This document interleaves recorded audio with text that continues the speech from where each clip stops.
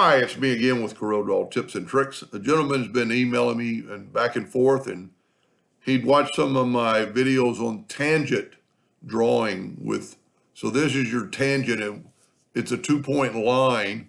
So if you just start anywhere on here and go over here till you get to the tangent is the right there. Then his little video he sent me, then he clicks on the center, and then it doesn't matter where you start the tangent, look at it wrapping around. So I'm going to say this is like a fan belt. There's another tangent. Now I'm going to left click the mouse, and I'm just going to start like right here, and you can see it did it perfectly.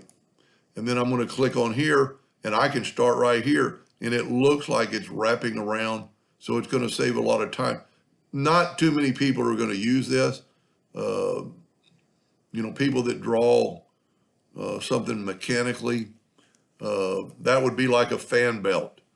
It's exactly where it needs to be. And you could, figure out things in a way. Almost one way to prove it would be to do this, take away all the other lines, and it's a smooth, and really it's a way to draw a shape. Because then if you take your Smart Fill tool and fill that in, all those shapes would be, all the joints would be glued together, and then you could go and make it 10 millimeters. Let's make it 20. I'm still working on somebody's millimeter.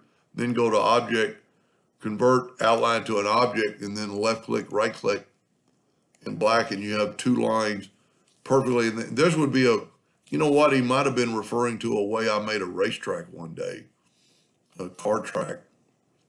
Anyway, so I thank you for that little information.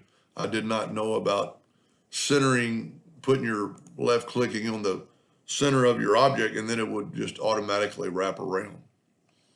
I hope that helped a little bit. Thank you for watching.